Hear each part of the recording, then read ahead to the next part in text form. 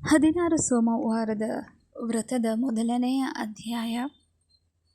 ಶೌನಕ ಮಹರ್ಷಿಗಳು ನೈಮಿಷಾರಣ್ಯದಲ್ಲಿ ಋಷಿ ಸಮೂಹದಿಂದ ಕೂಡಿ ಲೋಕಹಿತಕ್ಕಾಗಿ ಜ್ಞಾನಯಜ್ಞವನ್ನು ನಡೆಸುತ್ತಿರುತ್ತಾರೆ. ಅಲ್ಲಿಗೆ ವ್ಯಾಸ ಮಹರ್ಷಿಗಳ ಶಿಷ್ಯರಾದಂತಹ ಸೂತ ಪುರಾಣಿಕರು ಆಗಮಿಸುತ್ತಾರೆ. ಆಗ ಅಲ್ಲಿ ನೆರೆದಿದ್ದಂತಹ ಋಷಿ ಸಮೂಹ ಸೂತರನ್ನು ಈ ರೀತಿಯಾಗಿ ಪ್ರಾರ್ಥಿಸುತ್ತಾರೆ. ಎಲೆ ಪುರಾಣ ಪುಣ್ಯ ಪುರುಷನೇ, ಲೋಕದ ಜನರ ಕಷ್ಟಕ್ಕ ಪರಿಹಾರಕ್ಕಾಗಿ ಪ್ರಜೆಗಳು ಯಾವ ವ್ರತವನ್ನು ಆಚರಿಸಿದರೆ ತಿಳಿಸೆನ್ನಲು ಅವರ ಪ್ರಾರ್ಥನೆಯನ್ನು ಮನ್ನಿಸುತ್ತಾ, ಹಿಂದೆ ಕೈಲಾಸವಾಸಿಯಾದಂತಹ ಪರಮೇಶ್ವರನು ತನ್ನ ಸತಿ ಪಾರ್ವತಿಗೆ ರಹಸ್ಯ ವ್ರತವನ್ನು ಉಪದೇಶಿಸಿದ್ದನು. ಅದು ಪರಮ ಮಹಿಮಾನ್ವಿತವಾದದ್ದು. ಅದನ್ನು ಆಚರಿಸಿದರೆ ಎಲ್ಲ ಕಷ್ಟಗಳು ದೂರವಾಗಿ ಜೀವನದಲ್ಲಿ ಸುಖ ಶಾಂತಿ ಲಭಿಸುತ್ತದೆ. ಅಂತಹ ವ್ರತವಿಧಾನ ಕಥೆಯನ್ನು ಈಗ ನಿಮಗೆ ತಿಳಿಸುತ್ತೇನೆ. ಒಮ್ಮೆ ಕೈಲಾಸಗಿರಿಯಲ್ಲಿ ಸ್ವರ್ಣ ಸಿಂಹಾಸನದಲ್ಲಿ ಆಸೀನನಾಗಿ ಪರಮೇಶ್ವರನು ಪಾರ್ವತಿಯೊಡನೆ ಏಕಾಂತದಲ್ಲಿರಲು, ಆಗ ಪಾರ್ವತಿಯು, ನಾಥ, ನಿಮ್ಮಿಂದ ಲೋಕಹಿತಕ್ಕಾಗಿ ಅನೇಕ ವ್ರತವಿಧಾನಗಳನ್ನು ಕೇಳಿರುವೆನು.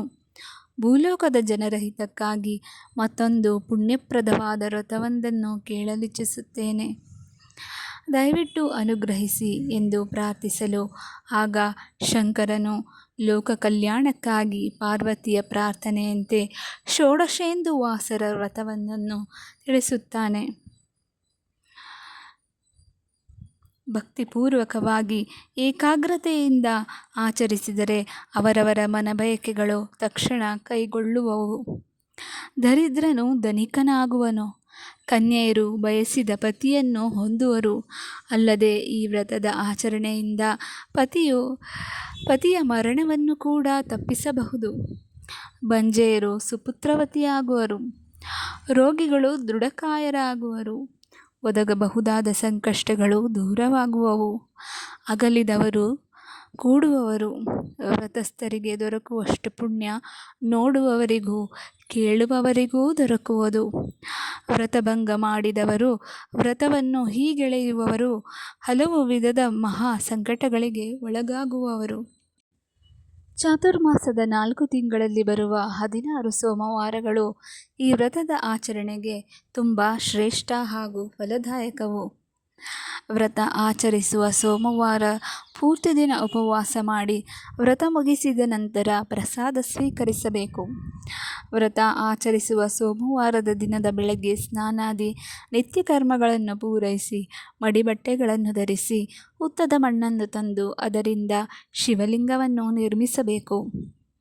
ಇತರೆ ಲೋಹಗಳಾದ ಬೆಳ್ಳಿ ಚಿನ್ನಗಳಿಂದ ಬೇಕಾದರೂ ಶಿವಲಿಂಗವನ್ನು ನಿರ್ಮಿಸಬಹುದು. ಪೂಜೆ ಆರಂಭಿಸುವ ಮೊದಲೇ ಅಗತ್ಯವಾದಂತಹ ಬಿಲ್ವಪತ್ರೆ, ಬಿಡಿ ಹೂವು, ಪಂಚಪಾತ್ರೆ, ಉದ್ದರಣೆ, ಅರಿಶಿನ, ಕುಂಕುಮ, ಅಕ್ಷತೆ, ಧೂಪ, ದೀಪ, ನೈವೇದ್ಯಕ್ಕಾಗಿ ಮಾಡಿರುವ ಭಕ್ಷ್ಯಗಳನ್ನು ಸಿದ್ಧಪಡಿಸಿಕೊಳ್ಳಬೇಕು. ನೈವೇದ್ಯಕ್ಕೆಂದು ಗೋಧಿ ಹಿಟ್ಟು ತುಪ್ಪದಲ್ಲಿ ಹುರಿದು ಅದಕ್ಕೆ ಬೆಲ್ಲ ಸೇರಿಸಿ ಉಂಡೆ ಮಾಡಿಟ್ಟುಕೊಳ್ಳಬೇಕು. ಉಂಡೆಗಳನ್ನು ಶಿವಲಿಂಗಕ್ಕೆ ಅರ್ಪಿಸಿ ಅದನ್ನು 3 ಭಾಗ ಮಾಡಬೇಕು. ಒಂದು ಭಾಗ ಶಿವಭಕ್ತರಿಗೆ ನೀಡಬೇಕು, ಇನ್ನೊಂದು ಭಾಗ ಗೋವಿಗೆ ನೀಡುವುದು, 3ನೆಯ ಭಾಗ ವ್ರತ ಆಚರಿಸಿದವರು ಕುಟುಂಬದ ಎಲ್ಲರೊಂದಿಗೆ ಭುಂಜಿಸಬೇಕು. 16 ಸೋಮವಾರಗಳು ಶ್ರದ್ಧಾ ಭಕ್ತಿಗಳಿಂದ ಈ ವ್ರತವನ್ನು ಆಚರಿಸಿ ಕೊನೆಯಲ್ಲಿ ಮಣ್ಣಿನಿಂದ ಮಾಡಿದ ಶಿವಲಿಂಗವನ್ನು ಹರಿಯುವ ನೀರಿನಲ್ಲಿ, ಬಾವಿ, ಕೆರೆಗಳಲ್ಲಿ ವಿಸರ್ಜಿಸಬೇಕು. 17ನೆಯ ಸೋಮವಾರದಂದು ವ್ರತವನ್ನು ಸಮಾಪ್ತಿಗೊಳಿಸಿ ಪುರೋಹಿತರಿಗೆ ದಾನ ದಕ್ಷಿಣೆಗಳನ್ನು ಕೊಟ್ಟು ಬ್ರಾಹ್ಮಣ ದಂಪತಿಗಳಿಗೆ ಭಕ್ಷ್ಯಭೋಜ್ಯ ಊಟ ಮಾಡಿಸಬೇಕು.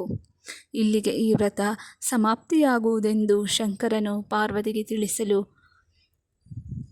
ದೇವಿಯು, ನಾಥ, ಈ ವ್ರತ ಯಾರಿಂದ ಆಚರಿಸಲ್ಪಟ್ಟು ಎಂತಹ ಫಲವನ್ನು ಪಡೆದರೂ ತಿಳಿಸೆನ್ನಲು ಶಂಕರನು ಈ ವ್ರತದ ಮಹಿಮೆಯನ್ನು ಲೋಕಹಿತಕ್ಕಾಗಿ ಪಾರ್ವತಿಗೆ ತಿಳಿಸಿದನು.